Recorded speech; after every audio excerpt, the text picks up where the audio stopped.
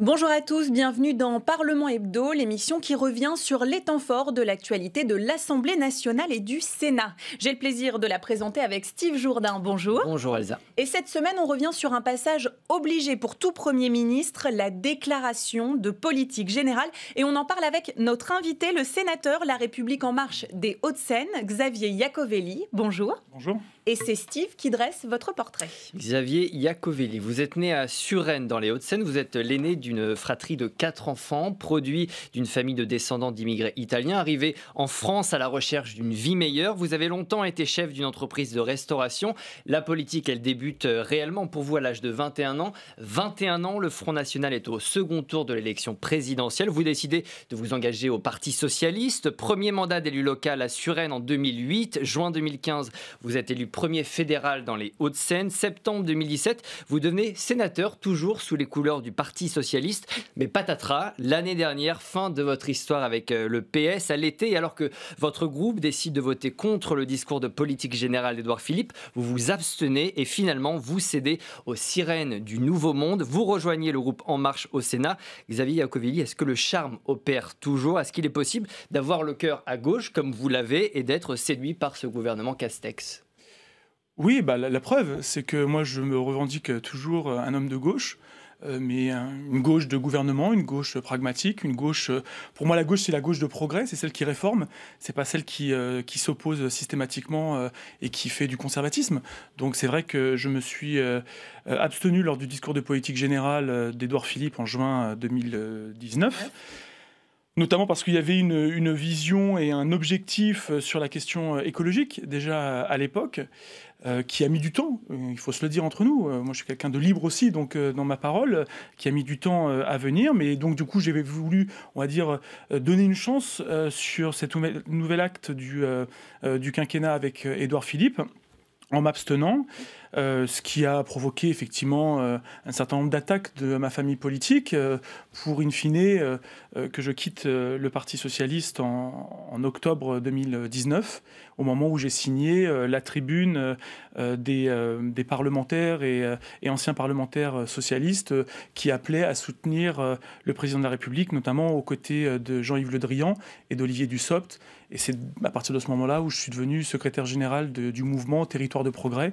Donc dans la majorité présidentielle. Ce nouveau gouvernement n'est pas trop à droite pour vous? Non, mais en plus... toujours en même temps. Non, mais la réalité, c'est que quand on regarde la composition du gouvernement, on a aujourd'hui plus de ministres qui viennent de la gauche. On a plus de ministres qui viennent de la gauche, on a un petit peu moins de la droite, et on a une grande partie aussi qui viennent du centre. Des postes très importants comme l'économie, l'intérieur, ce sont des ministres de droite. D'accord, mais enfin, ce qui est important, c'est pas le casting. Vous me parlez du casting, effectivement, on parle d'un gouvernement, mais ce qui est important, c'est la politique qui est mise en place. Aujourd'hui, moi, si on parle du casting, effectivement, aujourd'hui, il y a plus de représentants qui viennent de la gauche, et ce qui d'ailleurs était l'ADN de La République En Marche, c'est-à-dire ce en même temps où un certain nombre de soutiens de François Hollande de 2012 se sont retrouvés dans le soutien d'Emmanuel Macron en 2017. Donc c'est aussi cet ADN qui est important de garder. Et on va parler justement de la politique. On passe à présent au sommaire de cette émission. 345 voix pour, 177 contre et 43 abstentions. L'Assemblée nationale a accordé sa confiance au Premier ministre Jean Castex. Dans sa déclaration de politique générale devant les députés, le Premier ministre a promis de ressouder la France. C'est un homme issu de la ruralité et des territoires que Jean Castex s'est présenté devant les sénateurs. Il y a prononcé un discours de politique générale axé sur le thème de la décentralisation. On l'entendra. Et puis le budget rectificatif de crise examiné cette semaine au Sénat, c'est le 3e budget d'urgence pour faire face à la crise sanitaire. Allez, on commence avec le grand oral de Jean Castex à l'Assemblée nationale.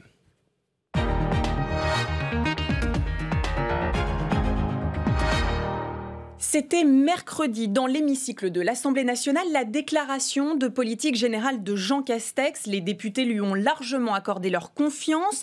345 voix pour, 177 contre et 43 abstentions. Pendant 1 heure, Jean Castex a détaillé sa feuille de route avec sa méthode et la volonté de réconcilier les Français. Les précisions de Rahabika.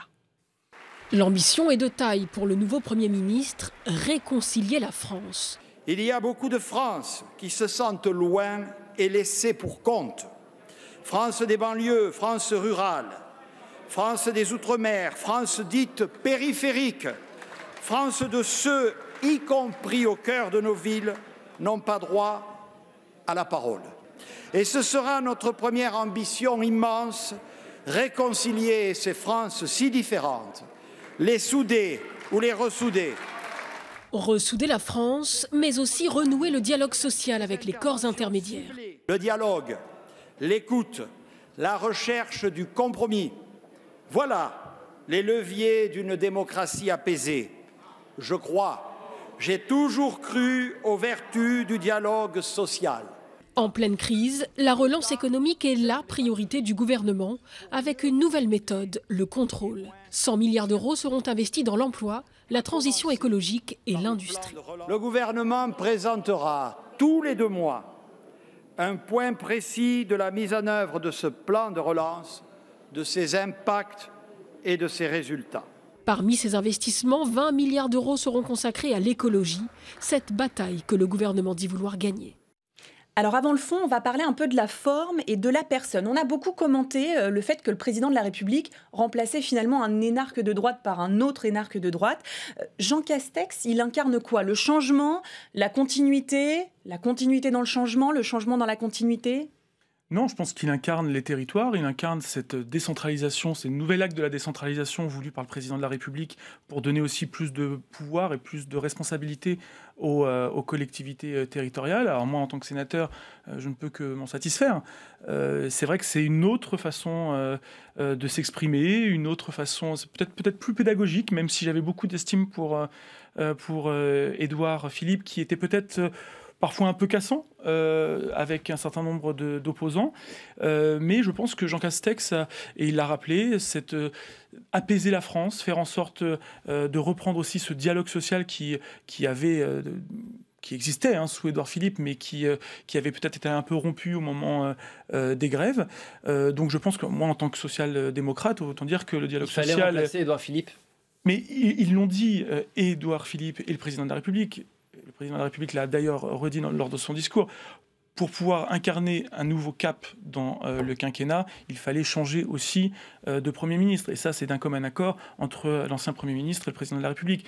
On ne peut pas changer de cap, faire un virage social et écologiste sans avoir un changement d'équipe. Vous le voyez, ce virage? Vous le voyez clairement, ce virage social et écologique? Mais moi, je le vois notamment sur la question de la jeunesse, qui est indispensable. Quand on voit qu'on a 700 000 à 800 000 jeunes qui vont arriver sur le marché de l'emploi à partir de septembre et qu'on n'avait pas de solution alors qu'on est en pleine crise économique, pleine crise sociale, effectivement, moi, les propositions aujourd'hui qui sont sur la table lors du discours de politique générale, dont une partie d'ailleurs vont être mises en œuvre dans le projet de loi de finances rectificative, vont dans ce sens-là, en soutien justement à cette jeunesse pour qu'il n'y ait pas une jeunesse sacrifiée comme on pouvait s'y attendre. Pourtant, il y a certains parlementaires qui ont votre parcours d'anciens socialistes qui ne s'y retrouvent pas aujourd'hui. Ils disent on va continuer avec la réforme des retraites, on va peut-être demander des efforts aux Français.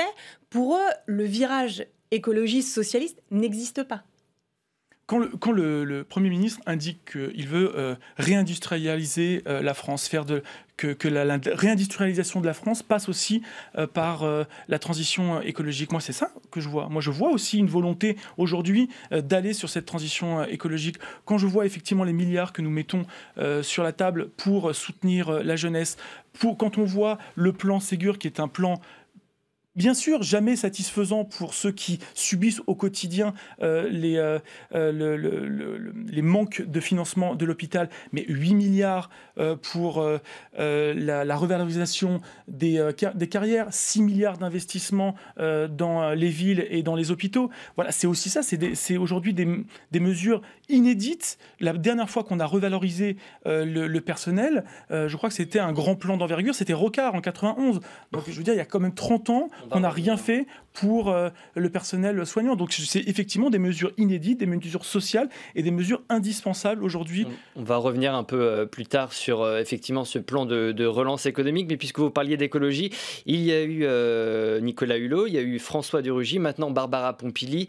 Est-ce qu'elle va pouvoir réellement agir? On dit que le ministère de l'écologie, c'est un peu le ministère maudit. Je ne pense pas. Aujourd'hui, elle est numéro 2 du gouvernement. C'est aussi de montrer que cette question est centrale dans la politique du gouvernement. Elle vient aussi de la gauche, elle vient des écologistes, mais de l'aile gauche aujourd'hui du gouvernement. Elle est d'ailleurs membre d'un mouvement au sein de la majorité présidentielle et d'une sensibilité au sein de LREM qui s'appelle En Commun, qui assume ce côté social-démocrate et écologiste. D'ailleurs, nous, on a des discussions entre Territoires de Progrès et avec l'aile gauche de la majorité. Donc non, je pense qu'au contraire, elle a la volonté d'agir. Et je pense surtout qu'il y a une prise de conscience de l'ensemble de nos dirigeants sur cette question écologiste. Et je pense qu'il est indispensable aujourd'hui que toutes nos politiques publiques aient ce fil rouge de la transition écologique. Justement, il faut que Bercy suive, par exemple. Il n'y a pas que le ministère de l'écologie, il y a l'économie aussi. Oui, mais bien sûr, mais Bercy suivra lorsqu'il y aura des arbitrages de Matignon. Et aujourd'hui, on voit bien qu'il y a une volonté du Premier ministre d'aller dans cette croissance verte et non pas dans cette décroissance écologique. Vous avez repris les termes du Premier ministre. Le Premier ministre qui a d'ailleurs renouvelé l'exercice de la déclaration de politique générale, cette fois devant le Sénat.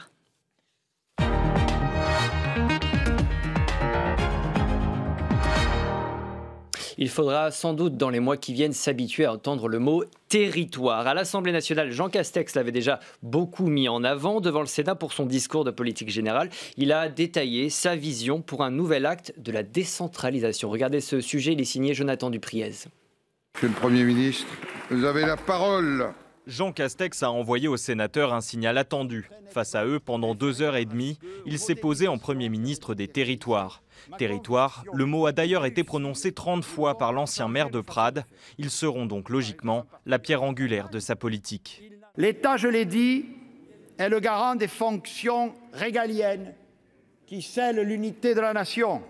Mais pour l'ensemble des grandes transitions écologiques, économiques et sociales, les acteurs territoriaux doivent être à la manœuvre. Devant la Chambre haute, Jean Castex a aussi tenu à s'adresser particulièrement aux élus locaux et à saluer leur engagement pendant la crise. Les élus ont été remarquables d'implication et de dévouement, à commencer par les maires qui ont, comme toujours, été combattants de la première ligne et de la première heure. Lors de son discours, Jean Castex a surtout longuement détaillé sa vision en matière de décentralisation. Vision largement convergente avec celle du Sénat. Le locataire de Matignon souhaite accélérer la marche via le projet de loi dit 3D et déléguer aux collectivités davantage de compétences, notamment en matière de santé. Je souhaite à cet effet que les régions, les départements et les intercommunalités puissent prendre une part plus grande dans la gestion de notre système de santé, qu'elles puissent, si elles le souhaitent, s'associer aux investissements que nous allons y décider. Jean Castex a aussi confirmé la tenue prochaine d'une conférence nationale des territoires, ainsi que la présentation au Conseil des ministres avant la fin du mois d'un projet de loi organique ouvrant le droit à la différenciation, permettant aux collectivités davantage d'expérimentation au niveau local. Xavier Iacovelli, il n'y a pas eu de vote au Sénat sur cette déclaration de politique générale. J'imagine que vous l'auriez voté, cette confiance ? Oui, je l'aurais voté, bien sûr. Sans réserve. D'ailleurs, je peux regretter qu'aujourd'hui, ça ne soit pas obligatoire de faire un vote au Sénat, que ce soit seulement une volonté du gouvernement. Mais je pense qu'il faudrait prendre cette habitude. Pourquoi le gouvernement a refusé, justement, selon vous Sincèrement, je ne pense pas qu'il y avait un risque, parce que de toute façon, le vote du Sénat n'est pas contraignant et ne peut pas faire tomber le gouvernement, comme c'est le cas à l'Assemblée nationale. Mais je pense qu'il n'y avait pas forcément une utilité à le faire. Moi, je le regrette, parce que je pense effectivement qu'il y a une nécessité qu'aujourd'hui, les parlementaires, qu'on soit au Sénat ou à l'Assemblée, puissent se positionner sur une déclaration de politique générale du Premier ministre. C'est pas, la Constitution ne l'oblige pas, le gouvernement n'a pas souhaité engager cet article. Les sénateurs de droite auraient été un petit peu gênés à l'idée de voter, à votre avis ? Complètement. Quand on a un Premier ministre qui vient dans la Chambre haute, celle qui représente les territoires, et qu'on dit 30 fois, à 30 reprises, territoire, le mot il faut un nouvel acte de la décentralisation, donner plus de responsabilités, plus de pouvoir aux élus locaux. Je rappelle que Jean Castex, c'est celui qui a mis en place la doctrine, lorsqu'il était monsieur des confinements, la doctrine du binôme maire-préfet. qui a vraiment fonctionné sur cette partie du déconfinement et qui a aidé nos concitoyens dans la gestion de la crise sanitaire. Donc on voit bien qu'il y a cette volonté d'élus ruraux, d'élus locaux, de pouvoir reprendre aussi la main sur les territoires. Justement, territoire, on l'a entendu, vous l'avez dit à 30 reprises, c'est des sauts de cabri où vraiment Jean Castex est sincère dans sa volonté de renouer avec la collectivité locale. Mais je pense qu'il est sincère de par son parcours, encore une fois. Il était élu maire d'une ville de 6000 habitants, conseiller départemental. On voit bien qu'il y a cet ancrage local dans la ruralité. Et donc, il connaît la réalité des territoires, des collectivités territoriales. Et donc, je pense que c'est sincère. Et d'ailleurs, je pense que ça a été la feuille de route et l'accord qu'il y a eu entre le Premier ministre et le Président de la République lorsqu'il a été nommé à Matignon. C'est ce qui a pêché, selon vous, pendant les 3 premières années du quinquennat. On a eu le sentiment d'une déconnexion entre Paris et ce qu'on appelle les territoires, le reste de la France, finalement. Écoutez, moi, c'est difficile parce que moi, j'étais dans l'opposition pendant au moins les 2 premières années du quinquennat. Donc, c'est vrai que moi, j'ai estimé, ne serait-ce qu'en 2017, lorsque j'ai fait ma campagne sénatoriale, je trouvais effectivement qu'il y avait une déconnexion de l'Élysée, de l'équipe autour du président, sur la réalité des territoires, la réalité des élus locaux, je me rappelle aussi, il y avait une petite attaque un peu sur les élus locaux, où il y a 85% des élus locaux qui ne sont pas indemnisés. Et donc, ils font ça vraiment bénévolement au service de leurs concitoyens. Et donc, moi, je pense effectivement que dans un premier temps, il y a eu un petit peu un loupé sur les élus locaux qui s'est vraiment... ensuite, Édouard Philippe a vraiment repris la main dessus. Et là, Jean Castex, clairement, montre que les territoires font partie intégrante de notre République et qu'il est important pour notre politique nationale d'avoir des territoires forts. On nous promet un nouvel acte de la décentralisation. Quand vous voyez, par exemple, ce qui s'est passé en Italie, le pays de vos ancêtres, notamment en matière sanitaire, ça ne vous inquiète pas, une nouvelle décentralisation ? Non, moi je pense sincèrement qu'au contraire, les élus locaux sont en proximité et connaissent... En matière de santé ? Non mais... connaissent aujourd'hui leur territoire, les problématiques. Après, moi, je pense effectivement qu'en termes de santé, il est important d'avoir un cadrage national, d'avoir des directives nationales et d'avoir une coordination nationale. Après que les investissements soient décentralisés, que les administrations associent les élus locaux, ce qui est déjà le cas dans un certain nombre d'hôpitaux de province, je le rappelle, y compris de régions parisiennes. Donc moi, je pense qu'il est important de décentraliser un maximum, mais que d'un point de vue national, on puisse garder cette coordination de santé. Et d'ailleurs, aujourd'hui, les ARS, c'est ça, c'est une décentralisation des pouvoirs de santé également. Quand on parle également de différenciation, on a l'impression, l'inquiétude parfois d'une rupture d'égalité. On se dit, si on est dans une région riche, finalement, on va avoir de la chance. Mais pour les régions un peu moins riches, finalement, on n'aura pas des expérimentations comme les autres. Non, je pense que les expérimentations, c'est pas seulement dû à la richesse des territoires. Je pense qu'il y a effectivement des spécificités région par région. Je pense qu'il est important de pouvoir avoir cette différenciation. Après, il faut que ça soit limité, parce que je rappelle que la République est une et indivisible et qu'aujourd'hui, il n'est pas question d'avoir des républiques autonomes et une France fédérale. Mais je pense qu'il y a une différenciation sur la culture, sur nos services publics qui doivent être, à mon avis, aussi beaucoup plus décentralisés et au plus près de nos concitoyens. Xavier Iacovelli, j'aimerais vous faire écouter cet extrait de Jean Castex au Sénat. Une de ses sorties a provoqué quelques moqueries. Écoutez. Le plan de relance portera une attention particulière aux pistes cyclables. On m'a moqué quand j'ai dit ça, on a dit « il parle d'un gadget ». Pas du tout, mesdames et messieurs les sénateurs, pas du tout, pas du tout. Et nous sommes à une révolution, c'est le vélo électrique. Il va multiplier les usages, il va raccourcir les distances. Oui, mesdames et messieurs, n'en riez pas, dans 10 ans, on pourra, si on fait un réseau de pistes cyclables sécurisées, on pourra aller de Prades à Perpignan en vélo pour aller travailler. Voilà, Prades, Perpignan, ça correspond à peu près à Suresnes, Rambouillet en vélo électrique. C'est faisable le matin pour aller au boulot ? Je pense que c'est faisable. Je pense que certains font déjà ce genre de distance. On l'a vu pendant les grandes grèves de la fin d'année 2019. On l'a vu pendant la période du déconfinement. Il y a eu vraiment... les Français ont voulu reprendre ce moyen de transport, qui n'est pas un nouveau moyen de transport, mais pour le coup, c'est inédit dans sa prise en charge. Il y a eu plus 29%, je crois, de transport en vélo pendant cette période-là. Donc moi, au contraire, je ne pense effectivement que ce n'est pas un gadget. Je pense que c'est vraiment une mobilité d'avenir et dont les pouvoirs publics doivent se saisir. Allez, on accélère nous aussi, parce qu'il nous reste une poignée de minutes pour parler d'économie. Les sénateurs se penchent en ce moment sur le budget rectificatif. C'est le 3e depuis le début de la crise sanitaire.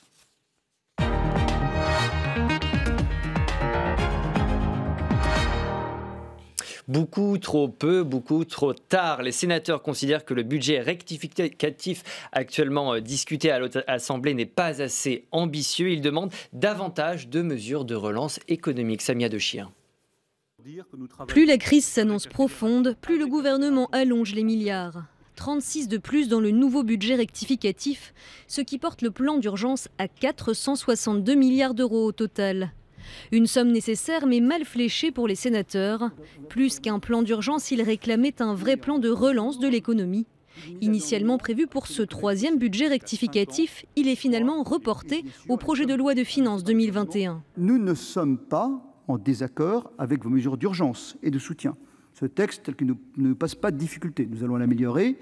Mais nous sommes plutôt en désaccord avec ce qui n'est pas dans le texte, puisque nous pensons qu'il faut faire autrement, qu'il faut faire mieux, nous en reparlerons, mais il nous semble surtout que des mesures de relance devraient être prises dès maintenant et non à l'automne pour confirmer, pour aider les Français à retrouver la confiance. Pour introduire des mesures de relance, la Commission des finances propose à travers ses amendements de mettre en place des chèques loisirs pour 6 millions de ménages modestes ou encore de flécher l'épargne des particuliers vers les entreprises. Autre reproche des sénateurs à ce nouveau budget rectificatif, l'absence de financement. On dit qu'on va financer par la dette et qu'on va mettre la dette de côté. Mais mettre la dette de côté, ça ne la fait pas disparaître. Il arrive un jour où elle vous rattrape seulement. Ça ne va pas être sur cette génération, ça va être sur les suivantes. C'est un manque de courage politique. En tout, plus de 1000 amendements ont été déposés. C'est donc une version très modifiée du budget rectificatif qui devrait sortir de l'examen au Sénat. Xavier Iacovelli, il y a assez de mesures de relance dans ce texte ? Je pense qu'on l'a dit, 462 milliards qui ont été mis en relance, en soutien et en relance. En soutien et en relance forcément, parce que le soutien permet aussi la relance. Quand on a 12 millions de nos concitoyens qui ont été accompagnés en chômage partiel, c'est aussi en soutien aux entreprises pour leur permettre de se relancer, de ne pas sombrer et de repartir aussi avec des bases plutôt saines à partir de septembre. Donc effectivement, il y a une nécessité. Moi, j'ai vu aussi que le gouvernement avait repris un de mes amendements que j'avais mis au PLFR 2, notamment pour le soutien aux plus faibles, aux 18-25 ans, cette aide pour les jeunes précaires. C'est aussi 80 millions d'euros qui ont été mis en place pour financer cette aide. Voilà, je pense que tout ça, c'est des aides de soutien effectivement qui sont importants. Après, il y a une stratégie effectivement sur la réindustrialisation de la France qui passe par la transition écologique. Ça va créer aussi de l'emploi et je pense qu'effectivement, le gouvernement a une volonté d'investir dans la transition écologique pour faire ce plan de relance. Sur les aides aux entreprises, il y a un débat. Est-ce qu'il faut les conditionner ou pas? Les conditionner au respect de l'environnement, au fait de ne pas licencier? Est-ce que pour vous, le gouvernement doit mettre plus de conditions quand on aligne les milliards? Moi, je suis d'accord pour avoir un certain nombre de conditions. Je l'ai toujours été. Pour l'instant, il n'y en a pas beaucoup. Non, mais je vous dis ce que moi je pense. Je ne dis pas ce que le gouvernement dit. Moi, je pense effectivement qu'il faut un peu plus de conditions, et notamment, alors pas sur l'interdiction des licenciements, parce que je ne crois pas à l'interdiction des licenciements, sinon on peut faire aussi couler l'entreprise. Mais c'est vrai que lorsqu'on a des aides publiques pour la relance, ce n'est pas pour reverser sur des dividendes pour les actionnaires. C'est aussi pour relancer, réinvestir dans l'économie et réinvestir sur l'économie de leur propre entreprise. Donc il faut des sanctions. Il faut des contrôles surtout. Avant d'avoir des sanctions, il faut des contrôles. Et je pense qu'effectivement, il faut que la loi puisse fixer un certain nombre de limites, et notamment, non pas l'interdiction des licenciements, mais que les licenciements soient justifiés. Et on l'a vu d'ailleurs dans un certain nombre d'entreprises où on était passé, je ne sais plus dans quelle entreprise, mais on était passé de 1300 licenciements prévus après une négociation avec les services de l'État à 500 réels licenciements économique. Très rapidement, peut-être, le plan de relance, on parle de 100 milliards d'euros. Qui va payer ? Qui va payer aujourd'hui, c'est la dette, donc forcément c'est les Français in fine, et c'est pour ça qu'il faut créer de nouvelles recettes, trouver aussi des moyens de financement. C'est vrai qu'au niveau européen, on va aussi avoir ces aides importantes. Ce plan de relance européen négocié notamment avec Angela Merkel et le président Macron, ce week-end, vont être décisifs. Très rapidement, sur la taxe d'habitation, la suppression pour les 20% des ménages les plus aisés, est-ce qu'on la remet à plus tard ? C'est ce que le président a estimé aller dans le bon sens. Je pense qu'effectivement, après il faut voir d'un point de vue constitutionnel si c'est possible, mais je pense effectivement que ça peut permettre de soulager un peu les finances de l'État. Merci Jacopo Velli, ce sera le mot de la fin. Merci beaucoup Elsa, on se retrouve la semaine prochaine pour un nouveau numéro de Parlement Hebdo.